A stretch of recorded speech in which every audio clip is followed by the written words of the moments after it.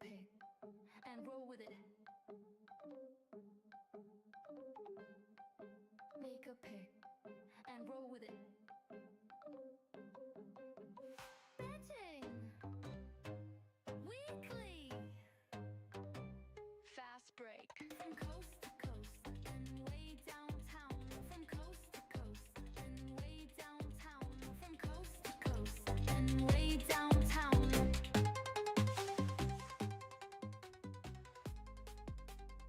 Welcome into a live edition of Betting Weekly Fast Break on this rather slow Thursday in late July. I'm Sara Civian, joined by professional handicapper and all-around winner, Albert Nguyen. We've got a full show on deck for you guys, but first we got some breaking news about an hour before the show. The Fever released an official update on Caitlin Clark's status as she's been dealing with an ongoing groin injury. Per the team, Clark underwent further medical evaluations earlier this week. The team can confirm that no additional injuries or damage were discovered through the evaluations. Clark will continue working with the Fever medical team on her recovery and rehabilitation, with a priority on her long-term health and well-being. There is no timetable available for Clark's return, and no additional details will be provided at this time. Look, this strikes me as a do you want the bad news or do you want the good news type statement. They definitely wouldn't release this if it were a day-to-day type outlook. What are your thoughts, Albert? Yeah, I think this is a nagging injury that's going to last through the rest of the season, Sarah. I think the fact that you made it, the opener of our show today is really important because that's really going to be contingent on how I look at this team moving forward and the landscape of the WNBA for the rest of the season, right? So basically, a TLDR version is without Caitlin Clark, the Fever will not be able to contend. And I'm looking at, missed playoffs futures, things like that. And for the game tonight, I'm definitely going to stay away from the Fever. Right. We'll definitely get into the game tonight a little bit later, but they're 12-12, and they've had some good games, including a Commissioner's Cup win without Clark. They're still minus 5,000 to make the playoffs and plus 950 to miss. So it's kind of tempting to go for a value there, right?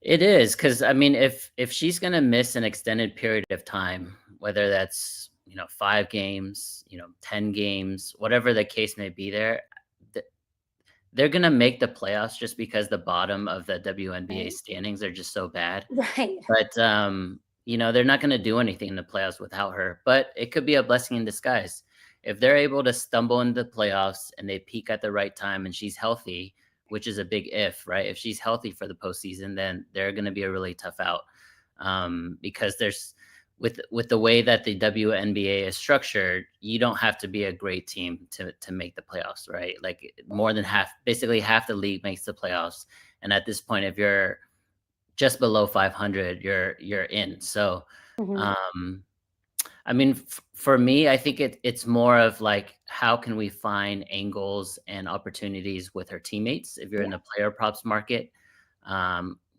players like Aaliyah Boston, who was a rookie of the year before she got there, is a great player. There's a lot of good talent on this team in addition to Caitlin Clark, but make no about it, she is the heliocentric superstar that makes that team go round. Like without her, they might be able to stumble and play 500 basketball, but with her is, an offense that can be really special. Right, and we're seeing now the line has even moved so significantly from what it was before she got injured. So that goes to show, obviously, we don't have to sit here and tell you how important a player like Caitlin Clark is, but it was also, you could just see the nagging injury in her game several times, like while she was in the lineup. So I don't know, it stinks, of course, to have her not at the All-Star game, have her be out during these exciting times for the Fever. But you think about this player and you think about the impact her entire career can have on the face of this league. And just, you want to set a precedent where you're taking care of your players, first of all. And second of all, just, it's good that they are managing this. I saw Candace Parker talking a while back about her groin injury and saying that kind of followed her whole career. So you really have to be careful. I'm glad that Clark was able to see a few specialists in New York. I know she did that. And I just want them to take as much care of her as possible. But it is interesting from a betting standpoint where you're thinking about, all right, let's see where there's value when it comes to a Boston who has really shown when Clark's been out of the lineup. Yeah, I mean that 24.5 win total is pretty interesting because they're currently sitting at 12-12, Sarah. Yeah. And they've been missing Caitlin for a big chunk of the season already. So the fact that they're playing 500 basketball with, I don't know the exact amount of games she's missed. She's missed more than half the games. I know that. It's pretty impressive. There's a lot, like I mentioned earlier, there's a lot of talent on his team. Coach Stephanie White, she got off to a slow start in the season, but I think she's turned a corner in terms of how to manage the game, between quarters and things like that, adjustments. I think she's gotten a lot better. So I would say I lean the under there, but it seems a little too easy, right? Maybe the Fever did, and release this statement, and she'll be back out there in a couple games. We don't know, right? We need a little more clarity before we actually put hard earned money on it. And that's so true, and that's why I love you say maybe focus on kind of the other players because it does. I mean, she impacts what they do, but to some extent, they do have agency over themselves, regardless of if she's injured or not, or if she's in the lineup or not. So these things are precarious, and the update is that there's no update. So you're right; that could mean they're giving her a little cushion here because people know that people pay tickets to see Caitlin Clark play, no matter where she is. So they're giving her like a okay, we don't know exactly when she's back, but that could be optimistic, but they don't want people to kind of assume the optimism. So with a precarious injury like the groin, it is good to be cautious. And yeah, that includes with your betting. Yeah, so there's two players that I would focus on if we want to get into that. But Kelsey Mitchell, Yeah. who is already an elite scorer, she's already Mhm. averaging 19 and a half points. Again, Caitlin Clark has missed the majority of the season so far, so she's used to being the number one fiddle, right? And I would say look more than just her points and her threes, but look into turnovers and things like that because when these players have increase in their usage, not that they don't take care of the ball. It's just they're they have more opportunity to turn the ball over. So players like Kelsey Mitchell is someone that I would look into. Ara McDonald, who's the starting guard there as well. I think um, she's gonna be forced to score, in my opinion. Right, like the defense is gonna cater towards Kelsey Mitchell and Aaliyah Boston, and then leave someone like an Ari McDonald open. So we'll see if maybe she can raise her 3-point shooting percentage, maybe her points per game average, things like that. Great stuff. Yeah, we'll get back to that. And that'll be a topic of discourse throughout the weeks as we're here. But there's today's Caitlin Clark news. And if you missed it at the top of the episode, the Fever released an official statement today saying there is no timetable for her return as she deals with a groin injury. Clark missed last weekend's All Star game, but she was certainly out and about hitting Sophie Cunningham's favorite town, aka Indy. And we haven't caught up since before the weekend. So I wanted to ask you and everyone tuning in today, were you as locked into the Studbuds 72-hour stream as I was? Probably you were number one. I'm sure Doug, our colleague Doug, was number two because he's following that. He's texting me Yeah. on the side like, "Did you see what happened?" I'll be completely honest. The only thing that I followed during All-Star break was the 3-point contest, and I thought that was Okay. awesome That's to it. watch. All the contestants were good shooters. It's not like the NBA where there's only 3 or 4 good shooters and then everyone else is trash. So I Mhm. enjoy the 3-point contest. I didn't watch much of the game, and I didn't see any of the, off the court festivities. Did you see Ionescu donated half of her money and then gave it to a rookie who also was brave enough to do the 3-point shot? I loved that. That was a highlight of the event for sure. Yeah. But other than that, there was definitely the 4-point shots, which were not the 3-point shots. I thought that was hilarious. I'm about to dye my hair pink in honor of the stud buds, but that's all we got there. So I'm glad you tuned in a little bit, but you didn't miss much other than everybody getting very litty. That's I mean, good for them. Like I think they're very stressed, right? We're talking about the collective bargaining agreement, and Mm, they've been negotiating that for months yes. now. It's been a standstill between them and the league, and it takes a toll on these players, right? So it's cool to see them be able to let loose and have some fun for a few nights. And Albert and I are not the stud buds, but if you like what you hear on our shows, sign up for our newsletter, get exclusive tips and the free Insider magazine. Sign up for free at bettingweeklystudios.com. The nightly slates are sparser this week compared to all of last week's action, but we still got some interesting games tonight with the Aces taking on the Fever, the Sparks looking for a spark against the sun, and the Storm in and versus the Sky. We'll get into the Dreams upset of the Mercury last night and tonight's 3-game WNBA slate. But let's first discuss some recent NBA signings around the league that will no doubt affect the futures market. We'll start with the team you were really keeping an eye on during Summer League, the Clippers. The Clippers recently signed a couple of number threes, giving Bradley Beal a 2-year deal and Chris Paul, who was famously a Clipper from 2011 to 2017, a 1-year deal.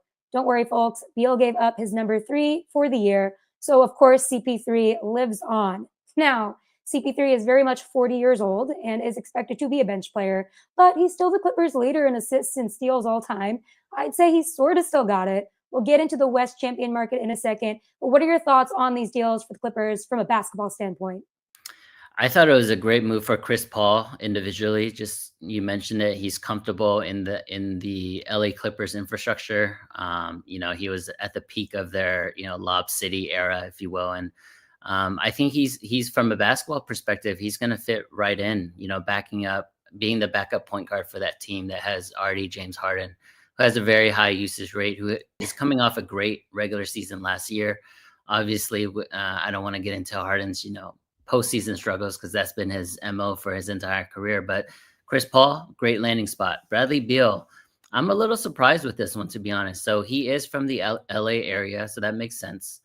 I thought he would be signing for the other team in LA, right? I thought he would be teaming up with LeBron and Luka and getting more run there, because the Clippers are definitely the deeper team of the two. But I think, in my opinion, I thought Beal wanted a chance to really show out and show his his talent more, and I thought that he would have that opportunity more for the Lakers.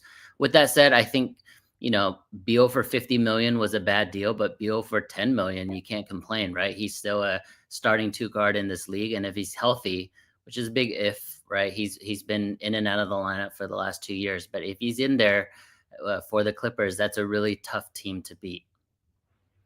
100%. And we'll stick with the West and that other team in LA. This is a tough one for me. So tough that I pretended it wasn't happening until you made me put it in the show rundown. Marcus Smart is an LA Laker. It's a cheap 2-year contract at $5.2 million per year. I absolutely love it for the Lakers, even if I hate it for me. What say you? Yeah, we have Marcus Smart ties, right? You being a Boston Celtics Yeah. fan, he's actually from Dallas. So I used to watch him when he was playing high school basketball here in the Dallas area. He's the perfect player for Luka Doncic, right? As the off guard. We know about Luka's greatness in terms of his offensive capabilities, but we also know his limitations on defense. And a lot of that is effort. And you're not going to worry about that with a guy like Marcus Smart. He's always going to give out, put forth his full effort, 100% effort. And for those who didn't follow his season, I know it's a loss, basically a gap year for him playing in Washington. He was actually really effective as the point of attack defender, even at his age. And I think being a bright lights, it's a great move for him, getting a cheap deal for 2 years, because in 2 years from now, I think he's going to get paid if he stays healthy and he, produces in LA. And obviously it's a great deal for the team because you're getting a starting caliber, elite level defensive guard that can pair with guys like Austin Reeves and LeBron and Luka. Right. I don't want to hear one boo from us Boston fans. Marcus Smart gave us everything. It was not his fault the way things shook out. And that ended up shaking out in a championship eventually for the Celtics. So we're going to cheer him on there, wish him the best from a distance. But it is a tough one, but it's going to be great. And looking at the Bet Rivers odds out west, OKC is still the favorite to win the division at plus 125. The Clippers are T-4 at plus 800. And the Lakers are right behind them at plus 950. What's your read on all this? Yeah, I'm glad you brought that up, Sarah, because I think it's mispriced. I know it makes sense from a basketball standpoint because the Clippers have a deeper team. Arguably, they have not only a deeper team but a better front line. We still don't know how good Ayton's going to be for the Lakers, but the Clippers have never won the West. I looked up their history, Sarah. 56 years. They were the Buffalo Braves, then the San Diego Clippers, then the LA Clippers. They've never won. So give me something that's more than 8-1 to bet on if it's never happened before, right? So I actually think it's mispriced. The Lakers, although they have limitations on their roster, although that we don't know if LeBron James is fully, immersed in this program that they're setting forth with Luka. Although we don't know if Luka is going to be 100%. He looks great, for Slovenia right now in the summer. We saw this 3 years ago, but we don't know how he's going to be once the regular season starts in the U.S. They still have the Lakers aura, and they still have gone to the Western Conference Finals a few times. I think the team right now that's truly disrespected, Sarah, is the Minnesota Timberwolves. They've made it to back-to-back Western Conference Finals, and they have longer odds than both of those teams to win the conference. That doesn't make any sense to me. Is it just kind of the aura around the Lakers, as you mentioned, like that kind of factors into it? But I think the Tims have some good aura themselves. Yeah. I mean, you still have some championship pedigree on that team, right? Ty Lue's a championship winning coach for the Clippers. Kawhi, obviously, if he's healthy, you're talking to a huge Kawhi fan. So I'm always hoping that he's healthy for the playoffs, just because I want to see great basketball. But the one team that I think is not only getting disrespected, we talk about Minnesota, but I'm going to make this an official play. I like the Golden State Warriors to surprise some people in that Pacific, because all the talk is about the Clippers, and rightfully so. Like, Bradley Beal, John Collins, Bradley, CP3, like those are great moves. Lakers too. DeAndre Ayton, Marcus Smart, a slimmer, in shape Luka, like all that is great news. But we forget about when Jimmy Butler and Stephen Curry were both healthy. They were playing great basketball last year. And I think if they can get Kuminga back, integrate him into the fold, that's a really good team. And I think the Warriors are not only potentially overlooked in that division with both LA teams and Sacramento, but they're younger than both LA teams. I know Steph Curry is kind of old, but he's still younger than LeBron, and he's basically the same age as Kawhi and Harden, right? So I like plus 255 there. I think there's really good value for the Warriors. They just need to stay healthy, but I think they're prone to injury, just like the other two LA teams. Yeah. All right. Our first official bet of the show to win Pacific Division, the Warriors. You heard it here first. I do like the juxtaposition of value and kind of your theory behind it. Like I'm for that. I can get on board with something like that. Like you're right on the money when it comes to the values being a little bit off for the other teams you discussed. And the Pacific and the West are kind of tough, where you go through, there's so many great teams that could do something. It's like, it's tough. So I kind of like your reasoning there. You ready to shift gears to the W? Yeah, let's do it.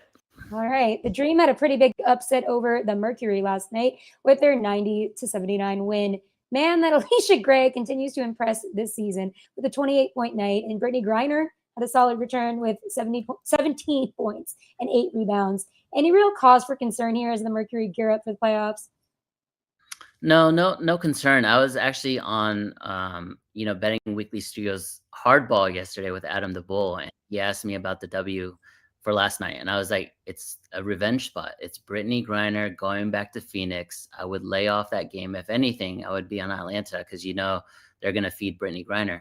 And Shirley, 12 shots, 8 for 12 from the field. You mentioned it, 17 and 8.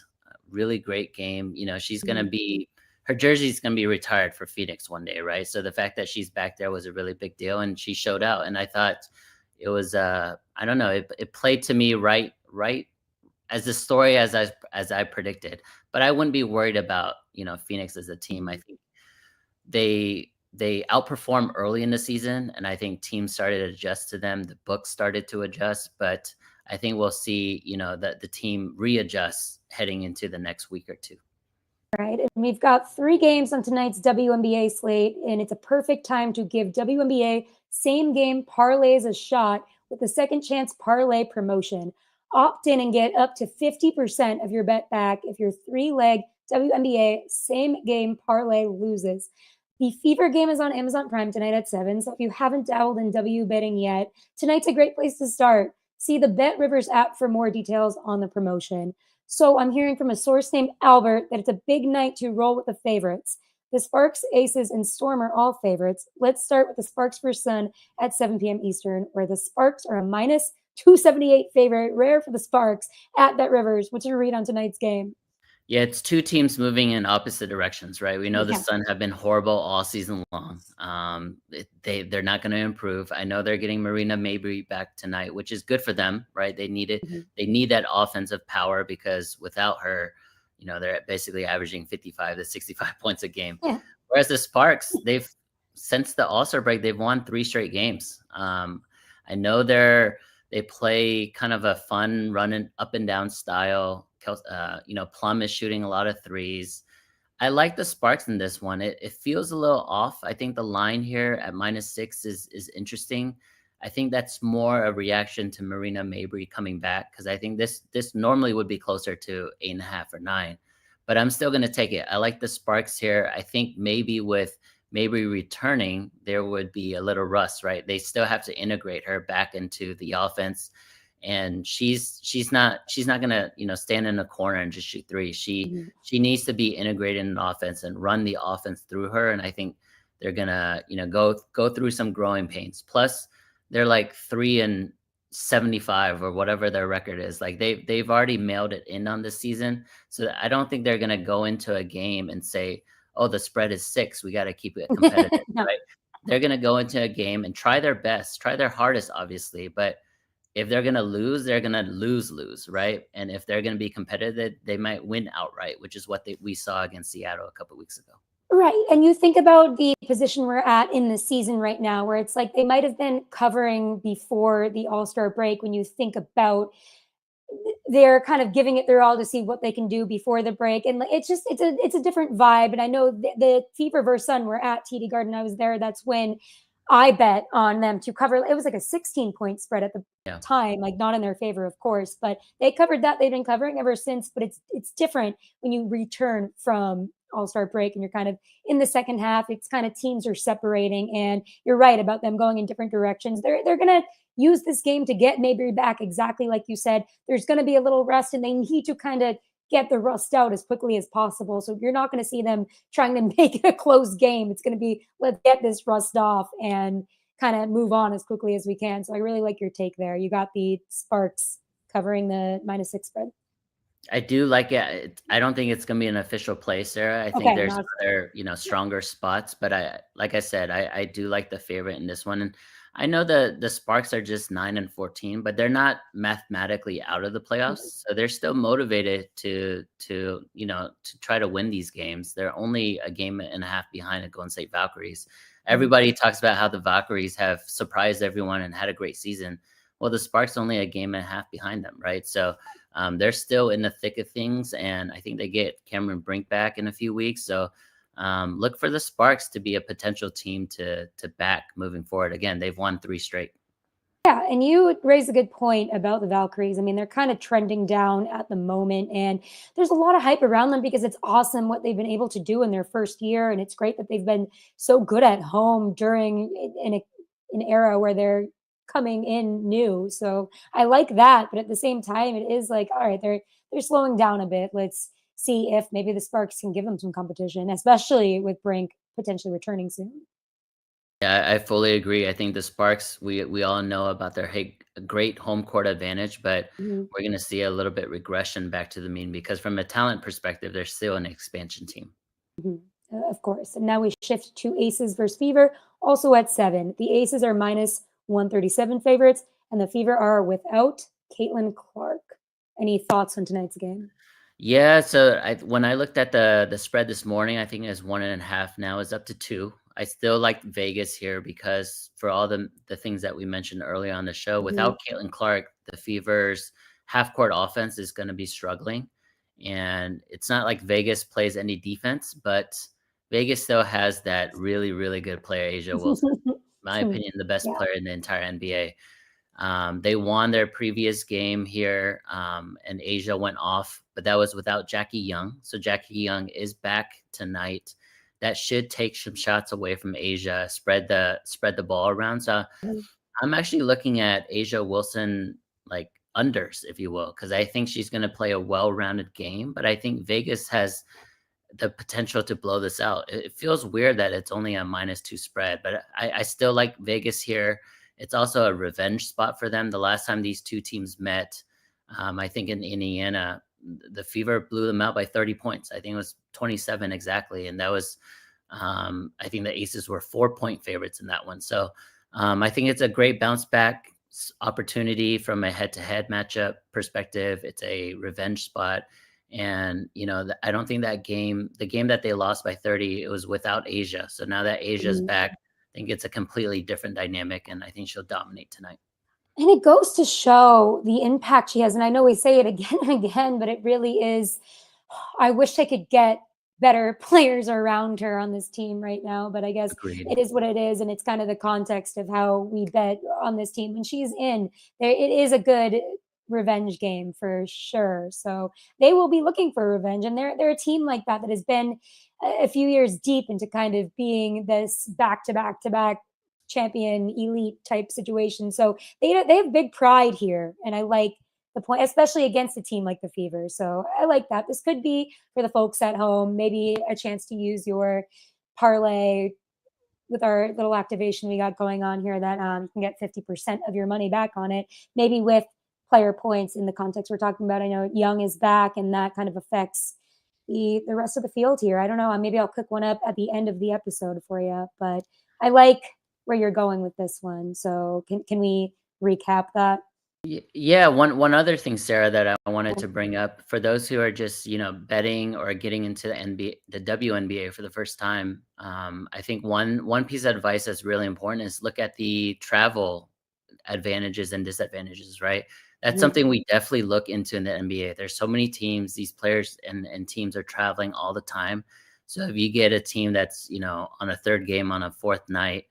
Third game on a fourth night, and they got into that city at 4 a.m., they're going to be super tired. And I looked into the travel for the WNBA as well. And the thing with the Fever this week is a little interesting. So they've been on a three-game road trip, but there was the WNBA All-Star, festivities right in between.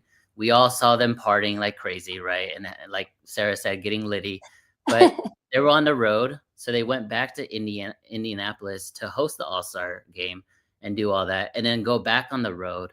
And then now they're back in Indiana for only one night before they go back on the road again. It's a weird scheduling quirk. And I think without Caitlin Clark and, those, 18 to 20 points, I think it puts a strain on that lineup. So the more I talk about this, let's make it an official play, Sarah. I do like the Aces -2 tonight because I think they have the spot in terms of the against the spread situational spot. But more importantly, the rest advantage tonight. So I do like Las Vegas. I'm going to ride with you on this one. I'm a big fan of that reasoning, especially in the W. And sometimes we look at the travel, and it can be really good for maybe like a first half type bet. But I like when it's something like a -2. I mean, I feel that is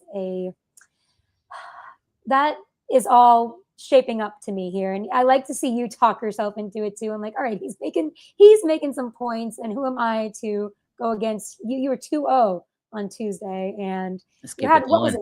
Was it you had a wings bet going on, didn't you? Yes, I did. I had 2-0 yesterday, so hopefully 2-0 tonight. So that was the first official play. The other game, Sarah, is Seattle. I think Seattle is hosting the Sky, or is it in Chicago? I'm not sure. The Storm is in the Sky. So Okay. I think it is in. Storm is in the Sky. Got it.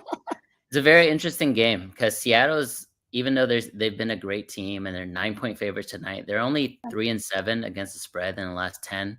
Contrastly, Chicago, who's been struggling and is without Ariel Atkins again tonight, has been 7-3 against the spread. So they've actually played outperformed their projections, if you will, in the last month, 3 to 4 weeks. With that said, though, I think this is a good opportunity for the Storm as a team to bounce back. They were big favorites against the Wings on Tuesday. They lost outright. I think the Storm is going to come out and, early and often in this game. So I like the first half, -5.5 for the Storm. Back, I mean, all that context, I definitely like that one for sure. I think it's been tough to watch kind of the Sky stumble around, but it is definitely worthwhile information when you're thinking about betting. That you keep looking for maybe that they had that good stint when they were kind of going against some of the best opposition in the league. But this is kind of what happens too when you have a league with such few teams in it. It's like you're kind of due to beat maybe the best teams, but then when you get into the second half, you show your true colors a little bit. And with any impact player out on a weaker team, you're going to see some heavy favorites in the other way. I know like the Storm are minus 625 to win tonight. So I like where you're going with that one. And I kind of got to ride it with you. So should we lock in all of our official bets of the night? Yeah, let's do it. I guess one last point on the Sky, and I fully Please. agree with you. They headed into the season with not high hopes, but definitely they expected better, right? I mean, they had Yeah. Vandersloot who tore her ACL in like the second week, which sucks. That's their starting point guard. Errol Atkins now is hurt and in and out of the lineup, who is their best perimeter player. And I think they expected Angel Reese and Cardoso to kind of be the twin towers. And Cardoso just hasn't been good. She's had 1 or 2 good games all year. So it's been a very disappointing team. Angel is still producing, and I think she's still playing great. She, with all the noise off the court, she's still performing on the court. I think she's questionable tonight, which, you know, is another red flag. I think the Storm, they're going to come out, and I wouldn't be surprised if they're already up by double digits by halftime. So I do like that first half bet a lot. Ooh, I like that too. All right, first half Storm. I see that, and I can see the oh my god, sorry, that Storm Sky that gets me every time. But I think the Sky could just like that's a team that for sure can, or the Storm can. Oh my goodness, this is like when fever dream happens, and I'm That's funny.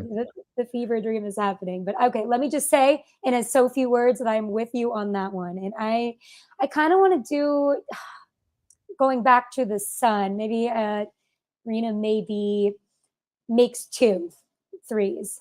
I think that's going to be my official locking that in for tonight. That's mine. And I'm also with you on one of your aforementioned. So let's recap, because with the numbers and with the names of these teams, I'm getting a little confused. Let's go game by game and give our official bets for the night. All right. So first game, I'm on the Aces -2. So Okay. that's definitely an official play. I think Asia's going to cook, and Jackie Young's back. No Caitlin Clark. So Aces -2. And then the other one is going to be the Storm first half -6. Okay. And I am going to ride the first one with you, and I am going to do Marina maybe over 1.5 3-pointers made. Why not? Awesome. I think they're going to feed it to her a lot. She's going to get that rust off. Like you said, it's going to be rusty, but I think she's got 2 in her. I think she seems eager to get back. You know her. Yeah, she's going to take at least 8, 9, 10 attempts. So 2 is not too hard. Yeah.